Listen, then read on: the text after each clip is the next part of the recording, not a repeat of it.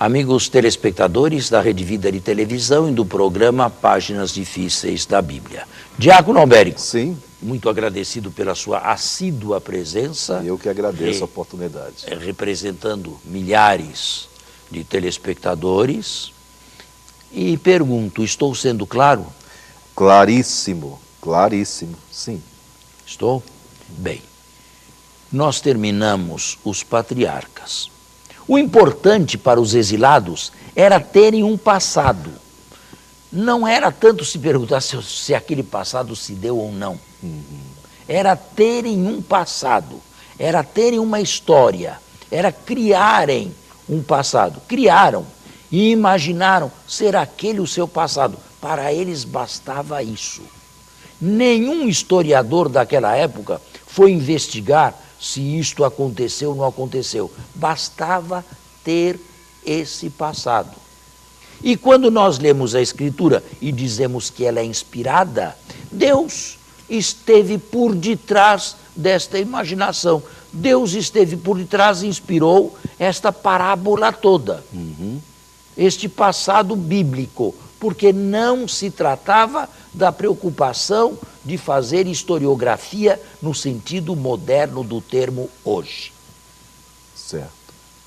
E por isso mesmo, eu posso ler essas histórias patriarcais, ainda hoje, com a ciência que eu tenho, e o faço, e tirar daí lições. Foi assim que o Deus de Israel, o Deus do Antigo Testamento, que é o Pai de Jesus Cristo no Novo, quis ser conhecido através de pequenas histórias, através de um passado criado. Foi assim que ele foi se dando a conhecer nas histórias patriarcais como um Deus que promete uma descendência e a cumpre, como um Deus que promete uma terra e não a cumpre, porque no Pentateuco a terra não será conquistada antes da morte de Moisés.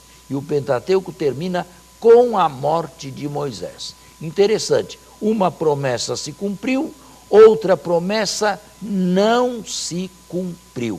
E devemos depois, a seu tempo, saber por que esta outra promessa foi diferida. Sempre prometida, mas sempre diferida.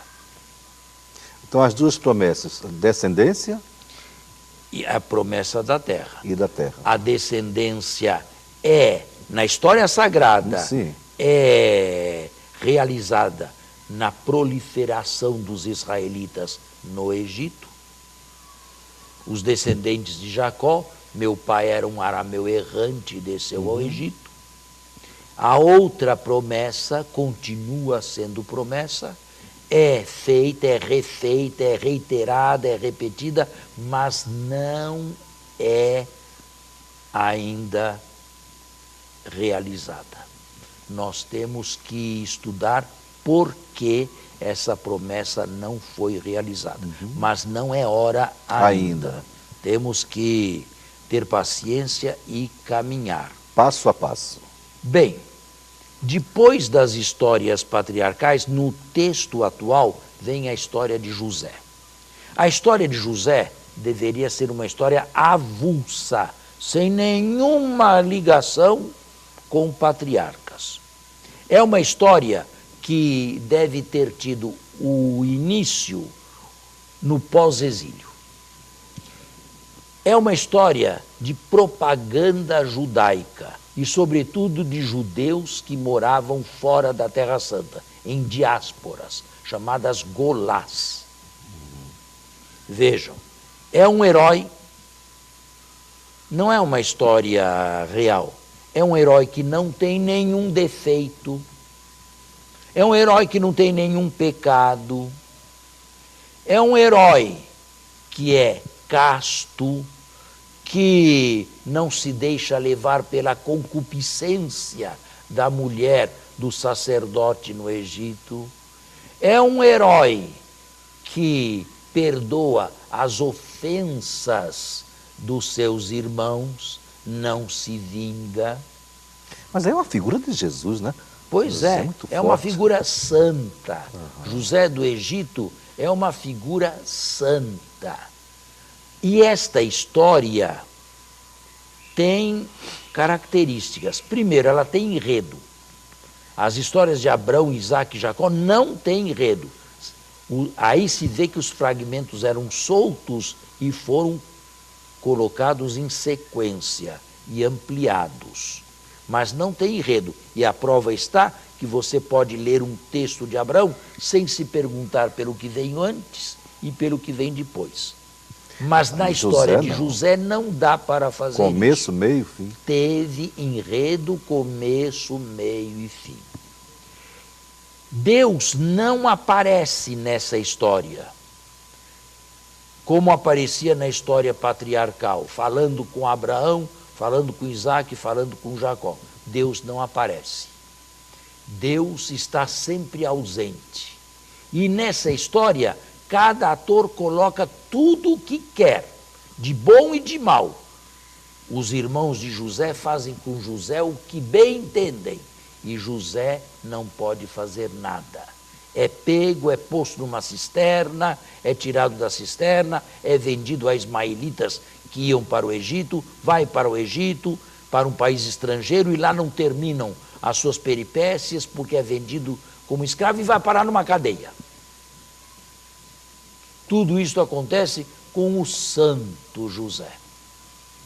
Mas depois que vem libertado, se torna o vizir do Egito, o segundo abaixo do faraó, com títulos que realmente existiram, mas não numa única pessoa. Era a mesma coisa que dizer que uma única pessoa era no Brasil governador de estado, deputado, senador e prefeito. Os cargos todos existem, mas não na mesma pessoa. Entendi. Aqui são todos colocados na mesma pessoa de José, vizir segundo, depois do faraó. É aquele que dá conselhos ao faraó. É aquele que dá os conselhos mais sábios ao faraó. É aquele que entrega todas as terras particulares ao faraó. Ele que interpreta os sonhos também, é isso? Interpreta, e por causa disso foi elevado. É um judeu que se torna 10 vezes mais útil a um estrangeiro, ao faraó do Egito, nada menos, que se intitulava Deus, do que os seus próprios autóctonos. É claro que nos inícios não deixava de ser também uma história de propaganda judaica. Como aconteceu no século II a.C. com Daniel, que também é uma figura fictícia e um santo, mas diante dele, o senhor do mundo, o imperador Nabucodonosor, dobra os joelhos. Não é uma bela propaganda judaica? Mas ao mesmo tempo que propaganda é um texto que exalta uma figura sem defeito algum. Virtuosa, né? Absolutamente. Dando muitos passos na frente, e apenas abrindo um parênteses, é interessante que este homem tão santo, tão puro, tão justo, não entrou na genealogia de Jesus em Mateus. Mateus, o primeiro capítulo. É, não entrou. Quem entrou foi Judá, que teve umas histórias escabrosas com prostitutas.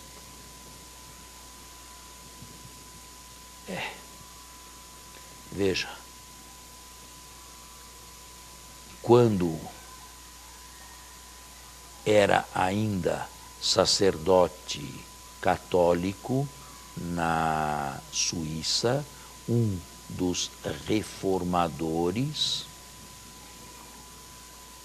quis fazer um comentário ao Evangelho de Mateus. E se apoiou nisso, não José, mas Judá, o antepassado, para mostrar que diante de Deus não valem os merecimentos. Vale a pura graça, o que era uma das colunas da reforma protestante. A pura graça sem os merecimentos. o virtuoso José fica de fora e Judá, o aventureiro, entra na genealogia. Certo? Certo. Bom, fecho parênteses e volto à história. No pós-exílio, essa história avulsa de propaganda judaica no exterior foi colocada entre as histórias patriarcais e a saída do Egito. Por quê?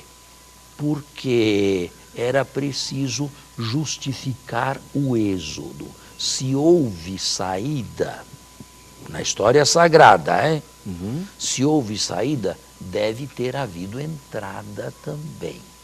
E então a história de José do Egito foi arranjada para ser a história da entrada de asiáticos, de israelitas, de proto-israelitas no Egito, atraídos pela exuberância e pela fertilidade do rio Nilo.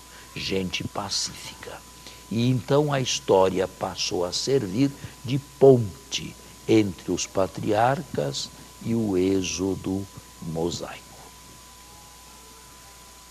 Fica bem lógico, não? A necessidade do povo ir até lá, a questão da fome, né?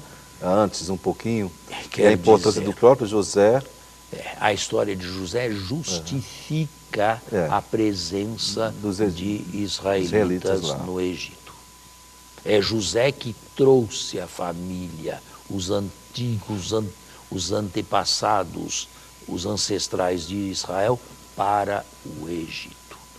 Nós temos que fazer um pequeno intervalo e voltamos. Estamos de volta. Até aqui. Está claro? Uma bela história, né, de José? Está claríssimo, E com isso terminamos o livro do Gênesis, com a descida da família de Jacó, dos ancestrais dos israelitas, na história criada para o Egito. E assim a história criada vai tendo nexo, vai tendo lógica, vai tendo sequência, mas sempre como história sagrada. E só como história sagrada. Foi uma grande intuição, provavelmente criada no Reino do Norte, a criação do êxodo, da escravidão, da humilhação e da saída do Egito. Possivelmente ou provavelmente, um mito, que é mito aqui, uma história de fundação, de início do Reino do Norte. Nossos antepassados eram escravos e foram libertados do Egito, sem nexo com os outros patriarcas, sem nexo com Abraão, Isaac e, sobretudo, José. Essa história deve ter evoluído no reino de Israel, na monarquia do norte. Viemos do Egito. É possível aceitar isto como historiografia profana? Nós não temos nenhum documento que nos mostre a presença de um povo tão numeroso como as estrelas do céu no Egito. Nenhum documento egípcio fala de um povo de Israel na terra de Goshen, Egito. Não temos. É possível que alguns fugitivos tenham burlado as patrulhas de fronteira do Egito no norte da península do Sinai e tenham atravessado aquela região pantanosa e tenham encontrado guarida no reino de Israel, o reino do norte. E assim é possível. Estou no reino das hipóteses, e hipóteses não verificáveis. E aí podia ser que a história de um grupinho, e nunca saberemos se houve nem quantos, passou a ser uma história de todos. Quando Israel foi destruída em 722, muitos israelitas que não queriam viver sob domínio da Assíria imigraram para o Reino do Sul, governado naquela época por Ezequias, e foram aceitos. Jerusalém ficou inchada de israelitas. Terminava, isso já falei aqui, mas repito, terminava para sempre um Israel político, um Israel histórico. E nascia, ao mesmo tempo, o nome Israel bíblico, o nome Israel religioso, assumido pelos do Sul, que se intitularam israelitas. 722. Depois que imigraram para o Sul. Os sulistas herdaram e trocaram de significado o título, o nome antes étnico e de uma nação, Israel. E israelitas passaram a ser eles, os judeus. É interessante fazer ilações, porque Jesus, que tinha a consciência de refundar Israel, de criar um novo Israel, escolheu 12, por causa das 12 tribos, mas escolheu todos os 12 judeus. Por que disse que Jesus pertencia à tribo de Judá? Porque era judeu. A tribo de Judá existia. Judeu, tribo de Judá. Porque era da tribo de Judá. Mas escolheu 12 judeus, porque esses 12 judeus representavam o Israel ideal.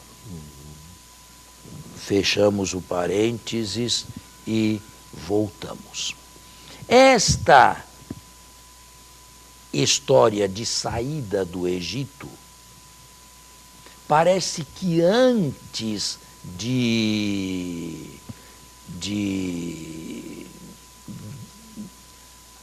israelitas virem para Judá, antes de pedirem asilo em Judá, já era conhecida por judeus. No século VIII, Israel ainda existia no início do século VIII, Amós e Oséias, é preciso dizer que Amós e Oséias eram profetas e foram profetas do Reino do Norte. Os dois viveram no Reino de Israel. Eles, e está aí uma das provas, já conheciam uma história de saída do Egito.